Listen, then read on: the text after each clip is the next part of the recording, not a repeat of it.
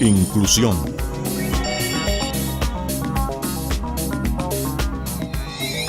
Desarrollo. Tecnología.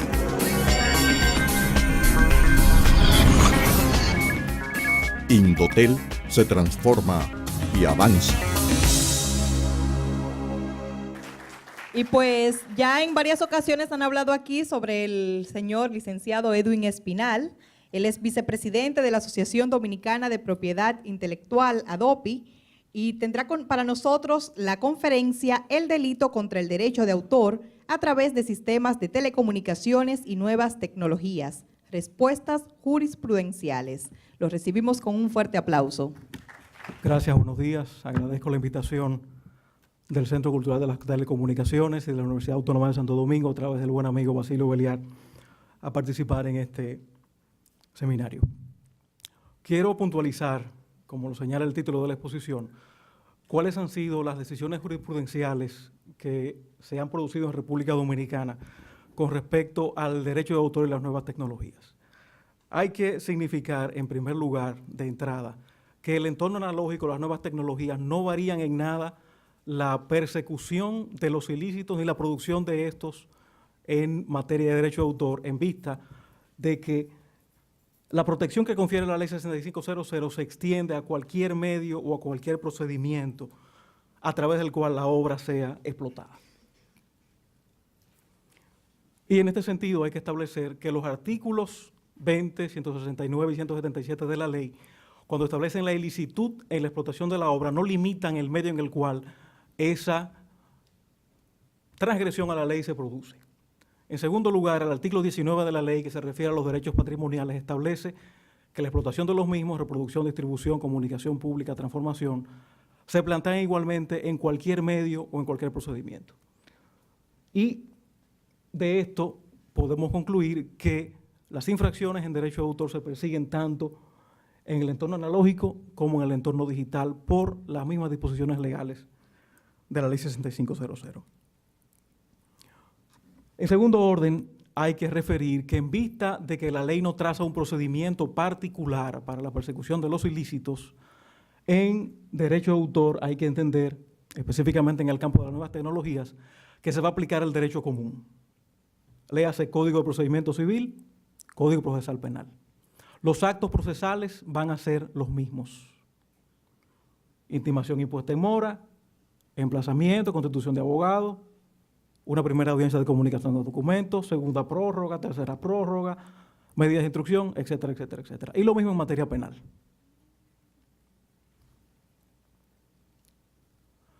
Tribunales competentes, los de derecho común. En materia civil, el Tribunal del Domicilio del Demandado. En el ámbito penal, se seguirá la competencia, la regla de competencia que prevé el Código Procesal Penal, el lugar de la comisión de la infracción. Y la Ley de Delitos Tecnológicos, Ley 53-07, establece que los crímenes y delitos en el ámbito digital, en el marco de las nuevas tecnologías, van a ser juzgados por los tribunales ordinarios. Y la propia Ley 53-07 no crea tampoco un tipo penal particular ni una penalización específica, sino que remite a la ley de derecho de autor con respecto a la penalidad, siempre y cuando las infracciones al derecho de autor se produzcan en el marco de esas nuevas tecnologías. Y específicamente el artículo 25 establece que cuando las infracciones a la ley 6500 se cometan a través del empleo de sistemas electrónicos, informáticos, telemáticos o de telecomunicaciones, o de cualquiera de sus componentes, se sancionarán con las penas establecidas en las respectivas legislaciones para estos actos ilícitos. De manera que tenemos que a nivel procesal y a nivel de espacios de juzgamiento de tribunales, vamos a regirnos por el derecho común. Paso ahora a exponer algunas de las sentencias, o quizás las únicas sentencias que hasta ahora conozca, sobre nuevas tecnologías que se han dictado en República Dominicana. El proceso entre una fotógrafa puertoplateña, Dericé de la Cruz, y el Banco Central. En este caso, esta fotógrafa participa de una semana cultural en México, invitada por la Embajada Dominicana, a presentar fotografías que serían expuestas públicamente. Los fotógrafos iban a enviar sus fotografías, se iba a hacer una selección, los seleccionados iban a ser los expuestos. En caso de que algún tercero que hiciera una obra fotográfica de las expuestas, podría entonces acercarse al fotógrafo para obtener una copia o una reproducción que le fuera vendida. En una segunda versión, que gustó mucho la primera, se siguen los mismos pasos y se le precisa a los fotógrafos que eventualmente se haría un libro con las fotografías que se pusieran públicamente. Ese libro fue editado por el Banco Central en vista de que la embajada no tenía dinero en ese momento. Pero ¿qué resulta? Se trataba de fotografías digitales. En la ley tenemos quizás un bache tecnológico porque únicamente hay una disposición referida al negativo. La cesión del negativo, la entrega del negativo a un tercero presume la entrega del derecho de reproducción. Pero ¿qué resulta con una cámara digital? En una cámara digital no hay rollo. En una cámara digital lo que existe es una memoria en la que usted puede guardar miles de fotografías. Mutatis mutandis, tendríamos que decir que en la medida en que yo entrego la memoria, en esa misma medida cedo el derecho de reproducción.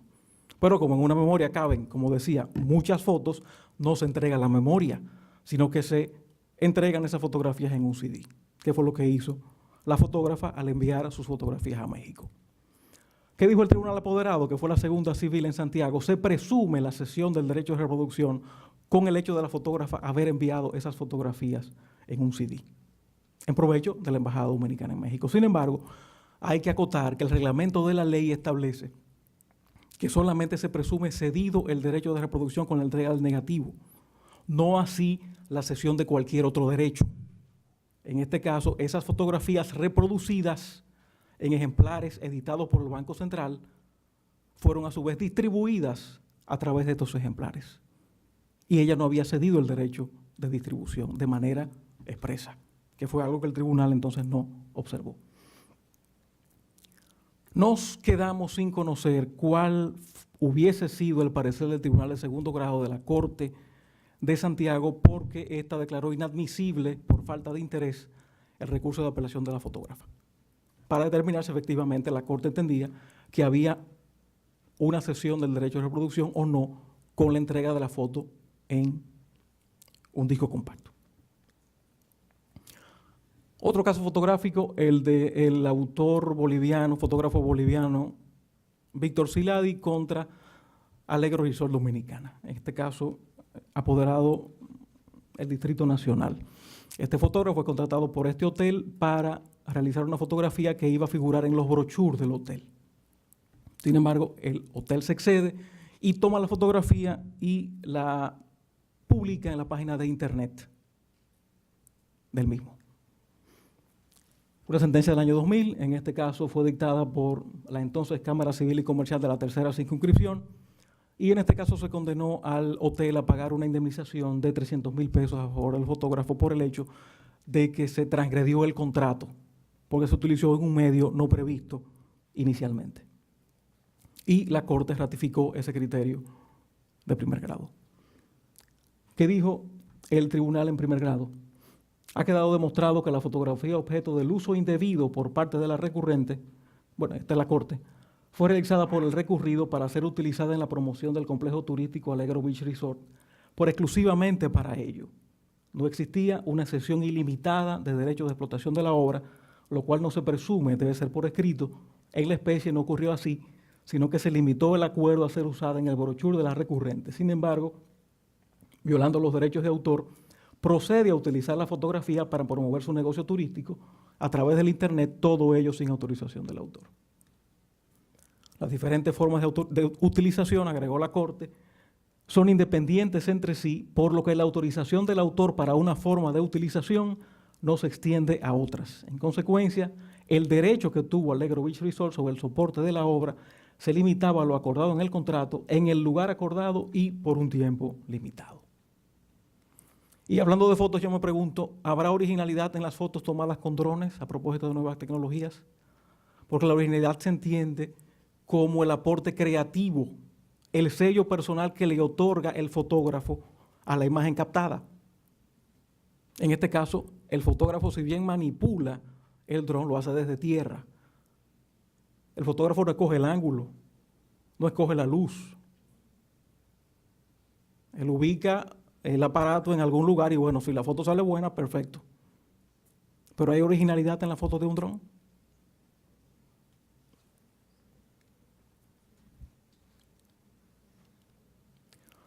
En materia de comunicación pública de obras audiovisuales, tenemos una decisión pionera justamente del Consejo Directivo del Indotel en el año 2004, producto de una alianza con la Oficina Nacional de Derecho de Autor en ese momento, para investigar la comunicación pública no autorizada de obras audiovisuales, la transmisión no autorizada de señales de radiodifusión. En este caso, el Indotel refirió que aun cuando el concesionario de servicios de difusión cuente con la concesión o licencia respectiva, la transmisión de obras cinematográficas sin la debida autorización constituye una clara evidencia de competencia desleal y de prácticas restrictivas a la competencia frente a los operadores que sí dan cumplimiento a los compromisos derivados del derecho de autor y a la retransmisión de señales a través de sus sistemas, erigiéndose en consecuencia en un uso indebido de las telecomunicaciones que otorga una ventaja ilícita que perjudica a los prestadores que cuentan con los contratos correspondientes. El Indotel se pronuncia respecto de este tema porque recuerden que si bien el contenido de las señales de radiodifusión se rige por la Ley de Derecho de Autor, el continente de esas señales de radiodifusión se rige por la Ley 553-98. El proceso icónico en esta materia, tanto en primer grado como en la Corte, es el que enfrenta al señor José Duluc contra Azonadores, Codetel y el Consejo de Promoción Turística. En este caso, la Quinta Civil de Santo Domingo condenó a una indemnización de $1,5 millones de pesos a estas tres partes demandadas, Azonadores, Codetel y al Consejo de Promoción Turística, por el hecho de que fueron auspiciadores de una página de internet en la cual se había reproducido y se comunicaba públicamente una canción de la autoría de este señor.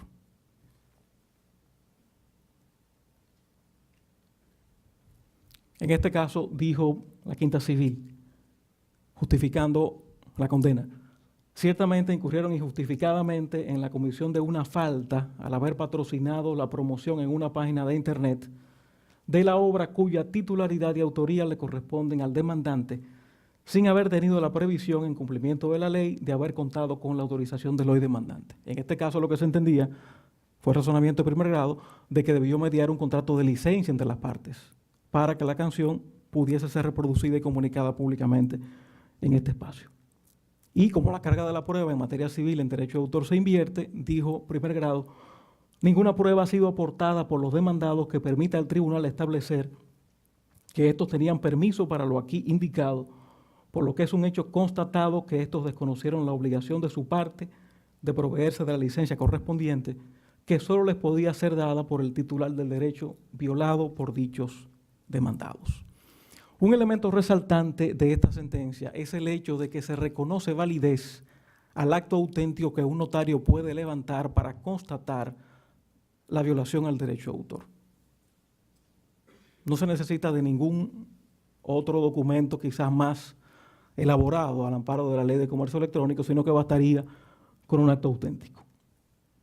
Dijo la Quinta Civil en este sentido que el contenido de un acto auténtico redactado por un oficial público que no transcribe lo que otro vio o escuchó, sino lo que sus propios sentidos le están indicando, es creíble hasta inscripción en falsedad, procedimiento este que no fue iniciado contra el documento que obra en el cursante expediente.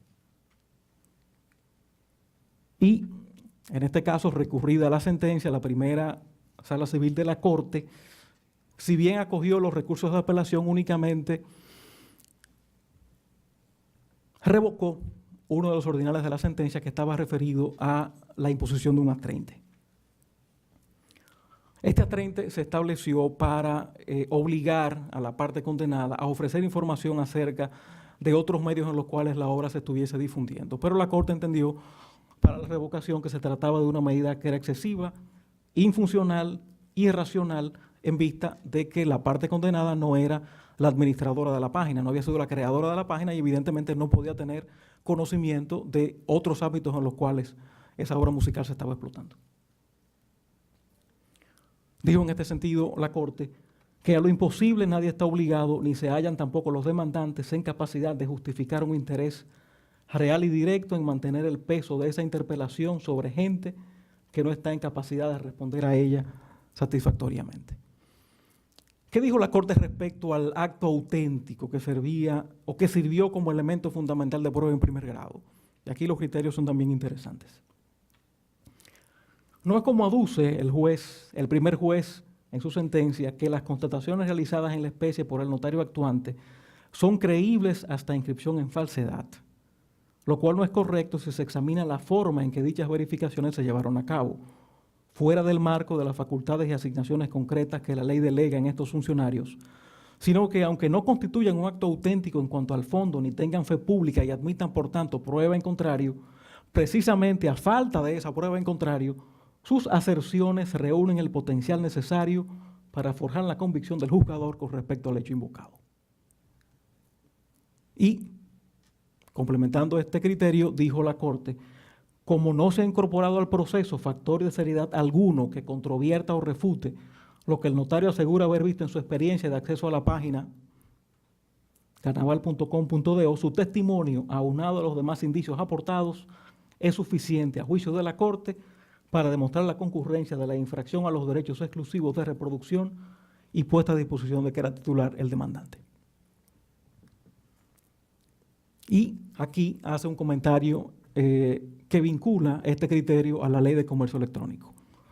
Si bien es verdad que el artículo 10 de la Ley 126-02 condiciona la viabilidad probatoria del documento electrónico al concurso de ciertas variables, todas ellas muy específicas, y que, como afirma Codetel en su acta de apelación, el fedatario del que se sirve el autor para hacer las comprobaciones de referencia no cuenta en su haber con un bagaje técnico que le permita discriminar entre lo que sería un dato falso o adulterado y otro genuino, no es menos cierto que en puridad la trivialidad de las averiguaciones que en este caso tendrían que ser cumplidas por parte del notario no ameritan conocimientos especializados o profundos en el área informática, sino de que alguien, así sea un lego en la materia, simplemente diga lo que haya visto a través de la pantalla del ordenador. Me traje a tal sitio, en tal computadora, una vez encendida, vi lo siguiente en tal página, y describe lo que presenta la página a la luz de sus ojos, sencillamente. La sentencia tiene otro aspecto interesantísimo y es el referido a la exclusión de responsabilidad, exclusión o no de responsabilidad con respecto a los proveedores de servicios en línea. Sabemos que el artículo 27 del capítulo 15 del DERECAFTA refiere las situaciones en las cuales un proveedor de servicios en línea queda excluido de responsabilidad con respecto a aquellas actuaciones que no estén bajo su control, que no haya sido dirigida por este proveedor de servicios o que haya sido controlada u operada por él. Esos son los denominados safe harbors, los puertos seguros, que se reducen a 4 situaciones que están previstas específicamente en la ley y que se aplican únicamente cuando ese proveedor de servicios no inicie la cadena de transmisión del material y no seleccione el material o no seleccione los destinatarios. La Corte, en este sentido, dijo que para una operadora de red sería demasiado gravoso e injusto exigirle el control absoluto o la supervisión constante de los datos emitidos por sus clientes, o que realizara búsquedas activas de situaciones congruentes con violaciones a la legislación de propiedad intelectual.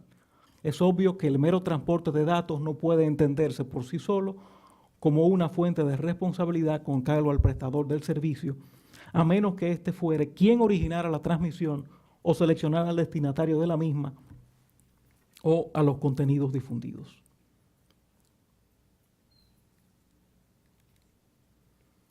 Ahora bien, otro señalamiento que hace la Corte para justificar el mantenimiento de la condena que se obtuvo en primer grado es el hecho de que si ese operador de red participa, no como tal, sino de otra forma, como en este caso patrocinador de la página, de manera indirecta en la comisión de la infracción, sí se retiene responsabilidad en su contra.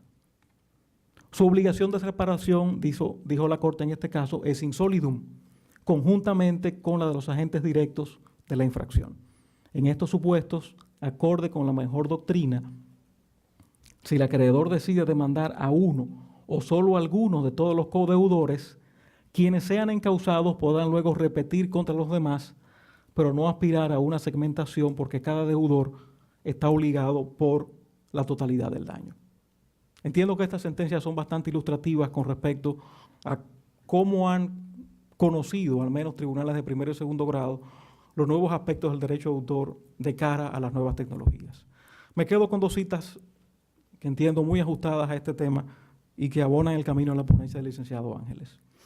En primer lugar, un razonamiento del maestro Ricardo Antequera.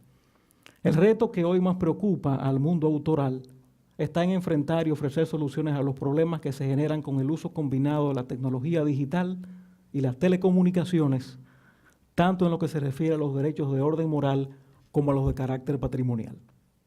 Para que la navegación de las obras a través de las redes digitales que conducen a una sociedad de la información no se realice en perjuicio del derecho de los autores a autorizar o prohibir la comunicación al público de sus obras por cualquier medio, ni en desmedro de la remuneración a que tienen derecho por esas comunicaciones. Y un editorial del diario El País. No se pueden utilizar muchos productos y servicios, incluidas las redes de telecomunicación, sin pagar su precio, porque se llevaría a la ruina a sus empresas y trabajadores. Lo mismo sucede con los productos culturales. Facilitar su uso gratuito no solo es un robo, sino el modo más seguro de acabar con la cultura. Y eso no puede permitírselo ninguna sociedad civilizada. Muchas gracias.